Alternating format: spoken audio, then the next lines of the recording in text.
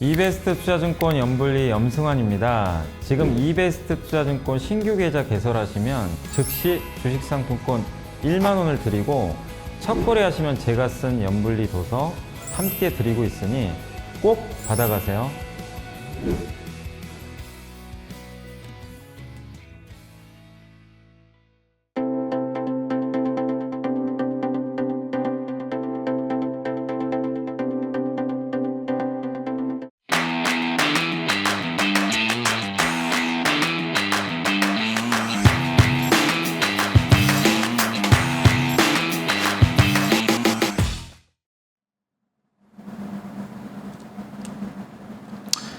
네, 안녕하세요.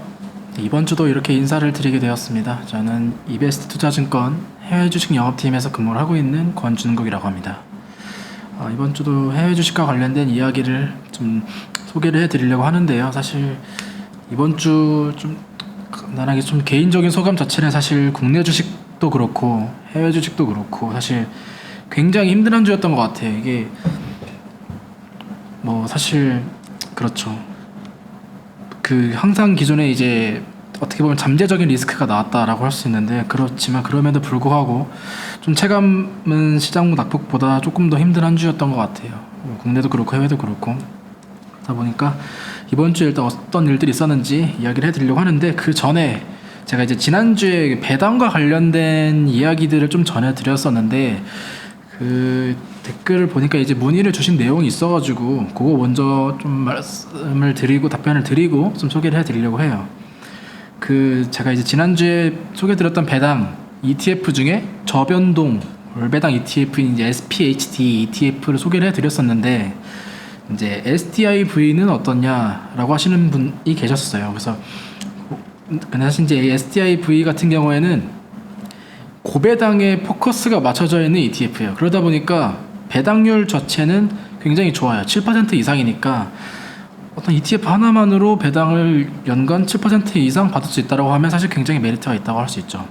근데 사실 이제 이 배당 투자라고 하더라도 이 토탈 리턴의 개념으로 봤을 때는 이 배당과 주가 차익을 사실 무시할 수가 없어요. 그러니까 배당은 꾸준히 나오고 높은 배당을 주지만, 이게 어떻게 보면 사실 ETF도 시장에서 계속적으로 거래가 되고 가격이 움직이기 때문에 이 부분을 같이 봐야 되는데, 이 SDIV 같은 경우에는 지금 차트로 보게 되면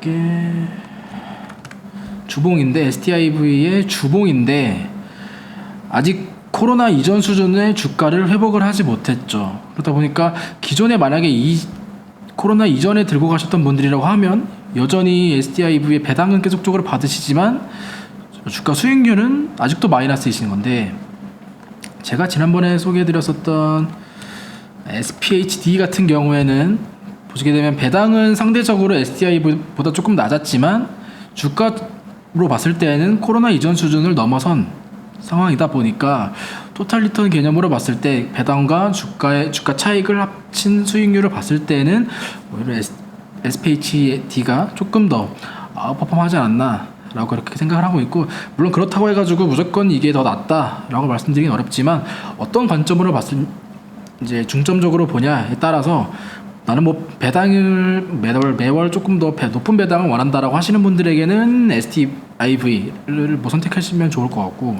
아니면 나는 이 두 가지 토탈 리턴의 모든 것을 놓치지 않겠다라고 하시는 분들은 뭐 SPHD가 또 하나의 대안이 될 수 있기 때문에 뭐 이렇게 저는 소개를 해드렸던 거 좀 참고해 주시면 좋을 것 같습니다. 그러면 이번 주에는 해외 증시에서 또 어떤 일들이 있었는지와 그 다음에 어떤 기업들이 눈에 띄었었는지 글로벌 브리프 시간을 통해서 좀 소개를 해드리도록 하겠습니다.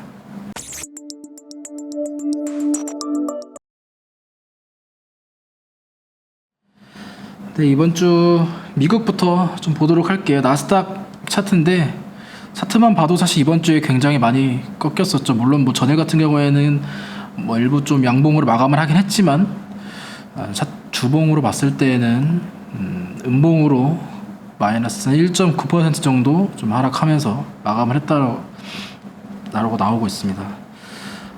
미국 증시의 이번 주의 주요 내용 같은 경우에는 사실 이제 FOMC 의사록이 공개가 되면서 사실 시장이 굉장히 좀 관찰에 출렁였던 점이 좀 눈에 띄었었죠. FOMC 이사록에 따르면 이제 미국에서는 테이퍼링을 올해 안에 시행을 할 것이다라는 점을 좀 시사를 하다 보니까 이제 기존에 있었던 유동성 시장이 끝나는 것이 아니냐에 대한 우려가 불거졌고 미국 증시는 큰 타격을 받았었죠. 물론 뿐만 아니라 국내 증시도 사실 뭐 어저께도 그랬고 이번 주도 그랬고 오늘도 좀 안 좋은 모습 나오고 있는데 이 부분에 대한 부분이 좀 영향을 많이 받았다라고 보시면 좋을 것 같습니다.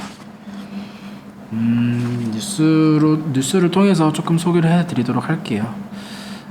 보게 되면 연내 테이퍼링 개시라는 헤드라인으로 나온 내용에 대해서 조금 소개를 해드리면 보게 되면 그러니까 쉽게 말씀드리면 시장에 이제 계속적으로 채권 매입을 통해서 풀었던 돈을 이 규모를 점차 줄이겠다라는 내용이니까 시장에 있었던 돈을 회수하겠다라고 해석할 수 있고 그렇게 되면 지금 현재 주식시장에 풀려있는 자금 역시 회수될 가능성이 있기 때문에 주식시장은 항상 이런 유동성의 영향을 받을 수밖에 없다라고 보시면 좋을 것 같은데요.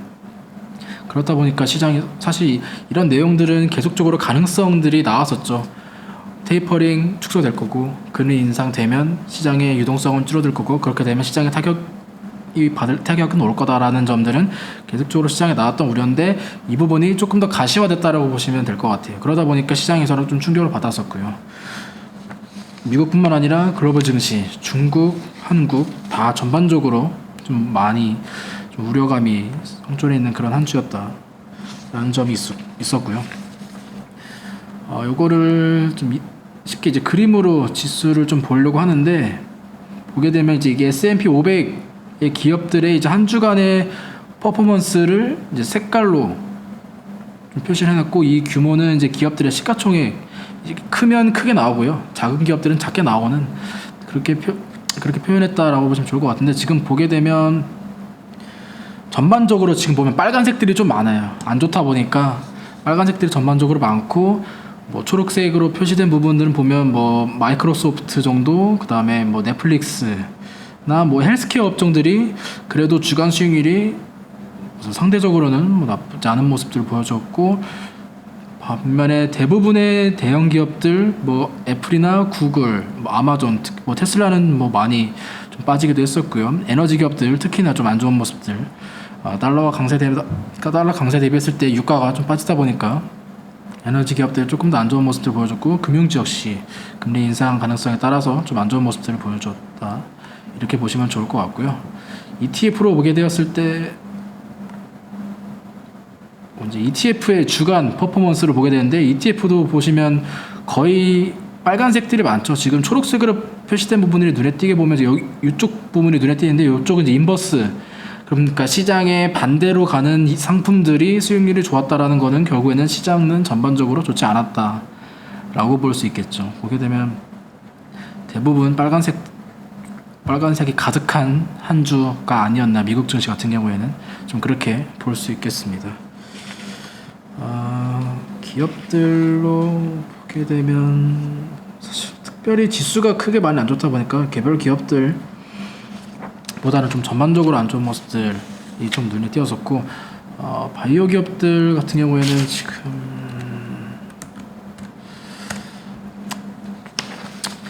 화이자의 아까도 보셨다시피 이제 헬스케어 기업들의 좀 주간 수익률이 그래도 상대적으로 선방하는 모습 보여주었는데 어제 같은 경우 어제 나온 뉴스로 보게 되면 사실 코로나 백신 관련된 기업들 이 백신이 이제 3개월이 지나게 되면 이 효과가 조금 떨어진다는 소식이 나오면서 뭐 화이자도 그렇고 바이오엔텍, 모더나 뭐 그다음에 이 경기 민감주 호텔 레저 이쪽도 좀 많이 안 좋은 모습들 보여주었는데 다만 그럼에도 불구하고 이 백신 같은 경우에는 중증 악화에 좀 예방을 할 수 있는 부분들이 있기 때문에 여전히 좀 최대한 맞아야 된다라는 스탠스는 여전히 좀 유지를 하고 있는 것 같고요. 그리고 아까 주간 수익률 중에 이제 반도체 쪽도 사실 그렇게 좋지 못했는데 어제 그 도요타에서 나온 내용에 따르면 그 반도체 칩 부족으로 인해서 올해 이제 글로벌 자동차 생산 계획 자체가 계획보다 40% 정도 감소할 거다라는 내용도 좀 눈에 띄었고요. 이게 그렇다 보니까 이 반도체에 관련된 ETF의 주간 수익률도 그렇게 좋지 않았다라는 점도 참고해 주시면 될 것 같습니다. 그리고 중국 증시도 잠깐 소개를 해드리게 되면 중국 증시도 그렇게 좋았다라고 보기는 좀 어려울 것 같아요. 아무래도 미국 FOMC의 의사로 공개에 따라서 유동성과 관련된 우려감이 중국 증시에도 영향이 미쳤었고, 뿐만 아니라 계속적으로 나오고 있는 중국 증시의 이제 규제 우려와 관련된 내용들도 이번 한 주 동안에도 계속적으로 나왔던 것 같아요. 좀 보게 되면 뭐 인터넷 부정 경쟁 행위를 금지하겠다라는 내용도 있었고, 그 다음에 뭐 보게 되면 그 어제 같은 경우에는 그 라이브 커머스, 그러니까 이제 인터넷 방송 하는 이 스트리머나 뭐 별풍선 이런 거에 대한 또 규제도 하겠다라는 내용도 있었고요.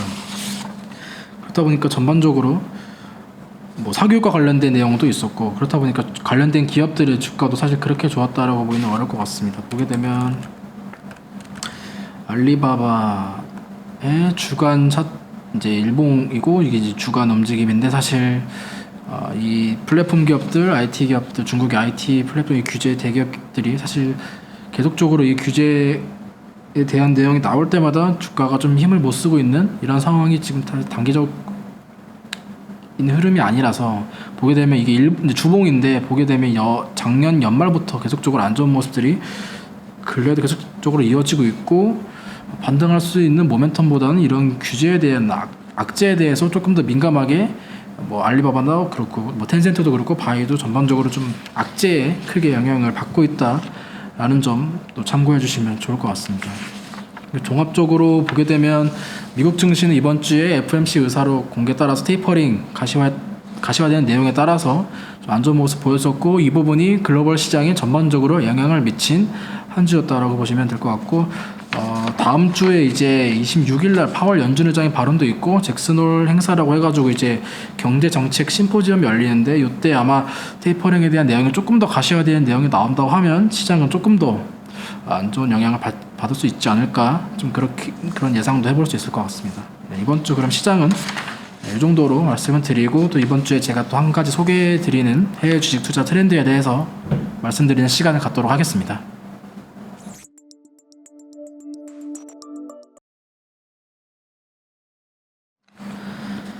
네, 이번 주에 제가 준비해온 투자는 이제 플랫폼 투자예요. 그 플랫폼 ETF도 있고 플랫폼 기업들도 좀 소개를 해드리려고 하는데, 왜 그러면 플랫폼을 제가 선택을 해왔냐? 이게 한국 국내 주식으로 봤을 때 작년부터 가장 관심을 많이 받았었던 기업 중에 하나가 삼성전자만큼이나 아무래도 카카오가 아닌가 싶어요. 카카오가 왜 많은 관심을 받았냐라고 봤을 때는 아무래도 카카오는 대표적인 플랫폼 기업이다 라는 점 때문에 메리트를 느끼고, 실제로 뭐 최근 몇 달간은 조정이 나오고 있지만 작년부터 봤을 때는 굉장히 좋은 퍼포먼스를 보여주기도 했고요. 그렇다 보니까 우리나라에 카카오가 있다면 이 해외 주식으로 봤을 때 또 해외 기업 중에는 또 어떤 플랫폼 기업들이 있는지, 그리고 이 플랫폼 기업들을 담은 ETF는 또 어떤 것들이 있는지, 이 플랫폼에 대해서 조금 소개를 해드리도록 하겠습니다. 일단 ETF부터 소개를 해드리도록 할게요. ETF PLAT라는 ETF고요. 플랫폼 기업들에 투자하는 ETF입니다. 이 PLAT ETF를 운영하고 있는 운용사에서 이 정의한 플랫폼 비즈니스 정의를 소개를 해드리면, 기술을 바탕으로 서로 좀 다른 영역의 상호작용을 일으키는, 뭐 예를 들면 카카오는 소셜 네트워크 SNS 기업이지만 뭐 결제도 하고 뭐 택시 모빌리티 관련된 사업도 하고, 그러니까 이렇게 기술을 바탕으로 다른 영역까지 상호작용을 일으킬 수 있는 비즈니스를 이제 플랫폼 비즈니스라고 이 운용사에 정의를 했는데, 어떤 기업들을 담고 있냐라고 보면 시가총액 20억 달러 이상이니까 한화로 2조 이상, 그러니까 뭐 미드캡 이상의 기업들이고, 전체 매출에서 플랫폼 사업이 차지하고 있는 비중이 절반 이상이 되고, 이 기업들이 지난 3년간의 연평균 매출 성장이 7% 이상, 매출이 꾸준히 오르고 있고 매출의 상당 부분을 플랫폼 사업을 통해서 하고 있는 기업들을 담고 있는 ETF가 이 플랫폼 ETF인 PLAT라고 보시면 좋을 것 같습니다. 이 플랫폼 시장 규모 자체도 이제 2018년, 2019년 자료긴 하지만 연평균 27%, 10%, 뭐 11% 정도 꾸준히 성장하고 있는 이 시장이 플랫폼 시장이고, 이 플랫폼 사업의 가장 큰 메리트는 이 플랫폼의 이용자들을 바탕으로 해서 시장을 점유하게 되면 기존에 있는 사업뿐만 아니라 다양한 서비스들을 제공할 수 있다 보니까 이 사업의 확장성, 성장성에 대해서 좀 메리트를 느낄 수 있는 그런 사업이 이제 플랫폼 사업, 그다음 플랫폼 기업들이라고 볼 수 있고, 이런 기업들을 담고 있는 ETF가 플랫폼 ETF PLAT라고 보시면 될 것 같아요. 주요 비중 보면 아무래도 이제 IT 쪽이 가장 많고, 그다음에 커뮤니케이션 쪽의 비중과 그다음에 소비재, 이렇게 상위 섹터 비중이 나눠져 있고, 상위 기업들 보면 아무래도 대형 IT 기업, 황주라고 하는 기업들이 왜 황주로 이렇게 묶여서 나오는지에 대해서 좀 볼 수 있을 정도로 황주가 상위 기업들을 차지하고 있습니다. 보게 되면 뭐 애플, 마이크로소프트, 뭐 알파벳, 그다음 아마존, 페이스북까지 전반적으로 아예 황주가 상위를 아예 차지하고 있는 모습들. 이런 기업들이 왜 이렇게 대형 IT 기술주라고 메리트를 받느냐라는 점들을 이렇게 플랫폼 ETF의 상위 포트폴리오로도 좀 확인을 할 수 있다라고 보시면 좋을 것 같습니다. 요 기업들의 주요 기업별 특징, 이제 제가 이제 이 플랫폼 기업들 중에 몇 가지는 조금 더 상세하게 소개를 해드리려고 나눠봤는데, 요거에 대한 내용은 좀 뒤에서 다시 또 소개를 해드리도록 하겠고요. 기업들 보게 되면 황주 아래도 보게 되면 뭐 결제 서비스인 페이팔, 그다음에 뭐 고객 서비스, 고객 관리, CRM 관련된 세일즈포스, 그리고 이제 중국의 전자상거래 알리바바, 그리고 이제 음식 배달 서비스인 저스티, 테이크어웨이라는 기업들, 그리고 이제 그 차후에 이제 제가 또 소개를 해드리겠지만 남미의 이커머스 플랫폼인 메르카도 리브레까지 좀 상위 기업들로 포진을 하고 있다라고 보시면 좋을 것 같고, 전반적으로 보게 되면 어떤 그 소프트웨어나 하드웨어 플랫폼을 갖고 이 사업을 통해서 확장하고 있는, 뭐 대표적으로 애플만 보더라도 아이폰, 뭐 태블릿, 그 다음에 맥, 이런 하드웨어와 iOS 소프트웨어를 통해서 지금 뭐 보면 아까 나왔지만 애플 뮤직이라던가 뭐 애플 TV라던가 그다음에 애플 페이라던가 이런 사업들을 전반적으로 확장해 나가고 있는 점들 좀 눈에 띄었다고 볼 수 있습니다. 특히 뭐 애플로 조금 더 말씀드리면 이 애플의 매출 비중 중에 이제 서비스 쪽에 대한 매출 비중이 꾸준히 상승하고 있는 걸 아마 보실 수 있을 텐데요.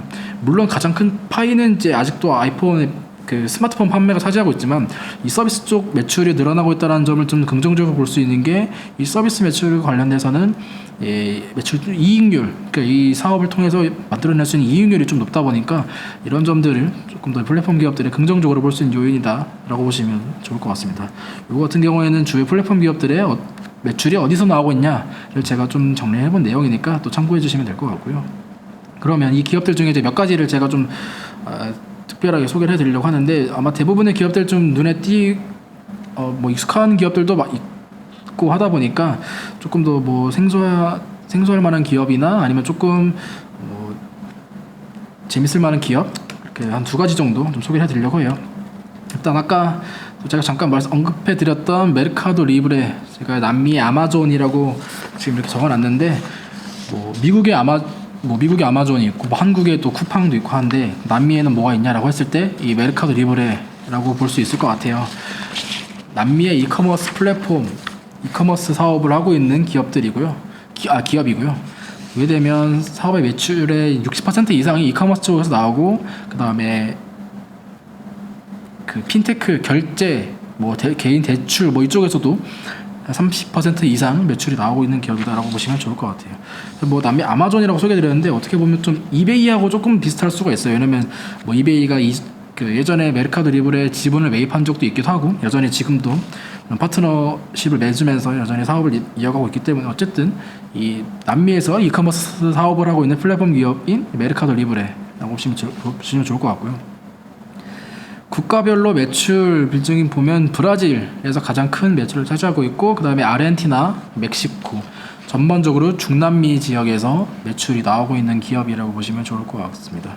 상장한 지는 2007년 8월 10일인데 남미에 있는 기업 중에 아마 최초로 미국에 상장되어 있는 기업인 기업이라고 보시면 좋을 것 같습니다.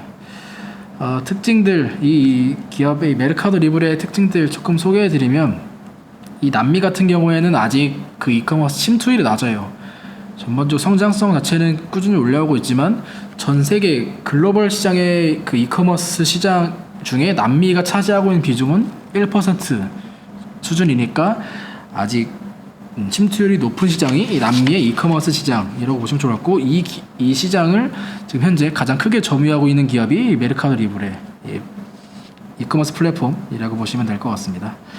특히 남미 인구 중에는 이 카드나 개인 카드나 은행 계좌가 없는 또 인구 비중도 높기 때문에 이 개인 대상으로 아까도 말씀드렸던 뭐 대출이나 카드 결제 뭐 이런 쪽에 핀테크 쪽에서도 매출을 만들어내고 있는 상황이고요.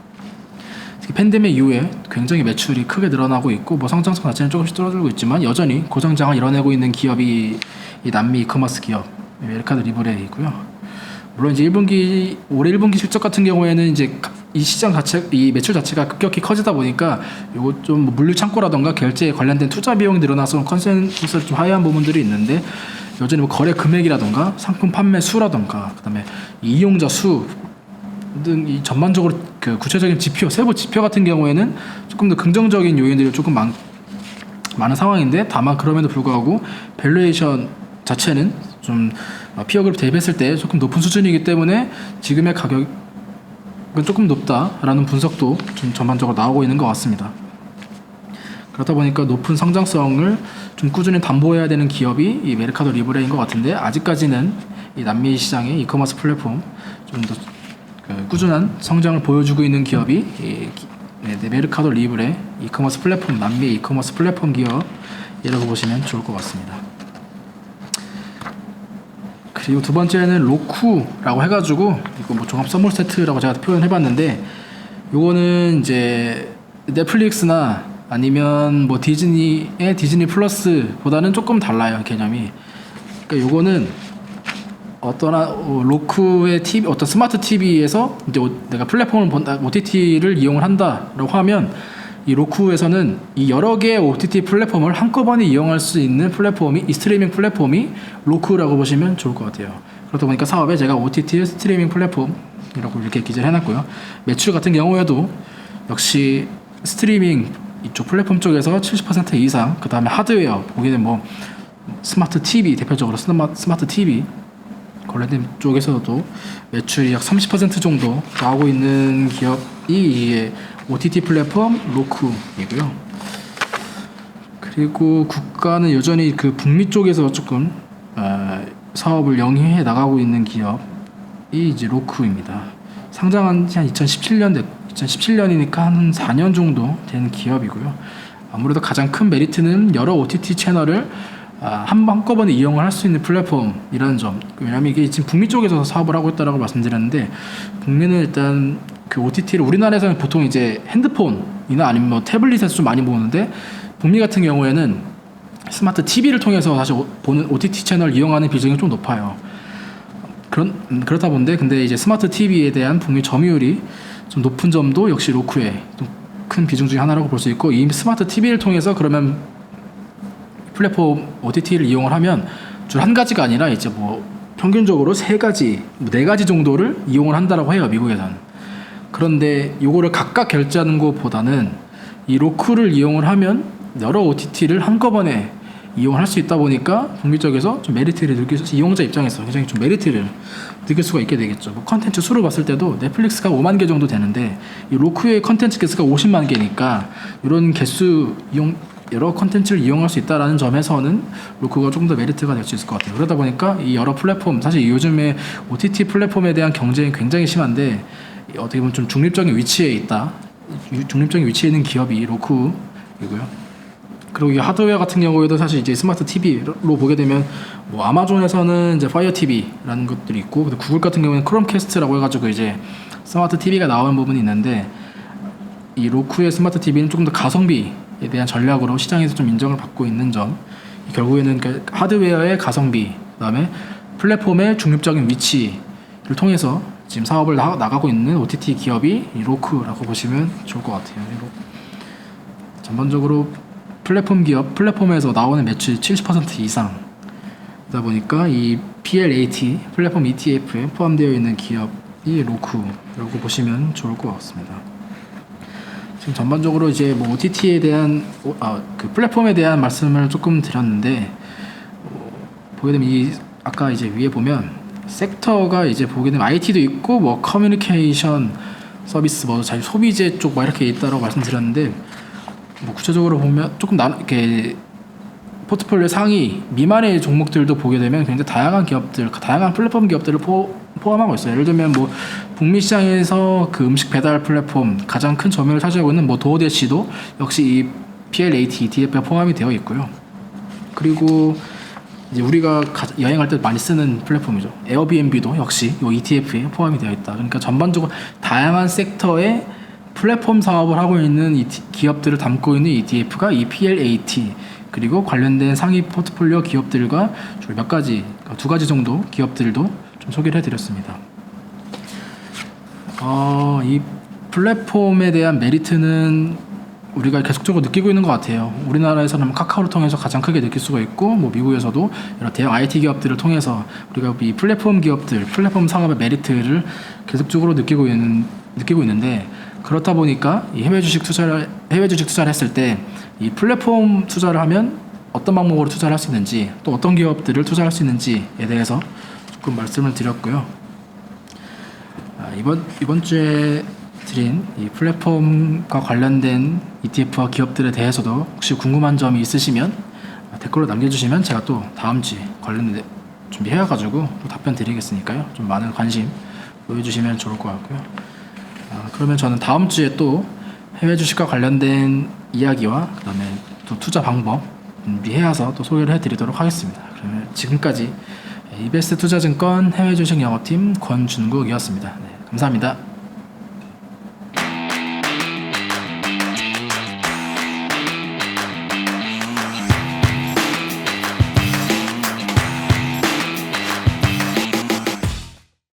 이베스트 투자증권 연불리 염승환입니다. 지금 이베스트 투자증권 신규 계좌 개설하시면 현금처럼 쓸 수 있는 주식 상품권 1만 원을 드립니다. 또한 첫 거래하시면 제가 쓴 주린이가 가장 알고 싶은 최다 질문 탑 77을 추가로 드립니다. 자세한 사항은 아래 내용을 참고해 주세요.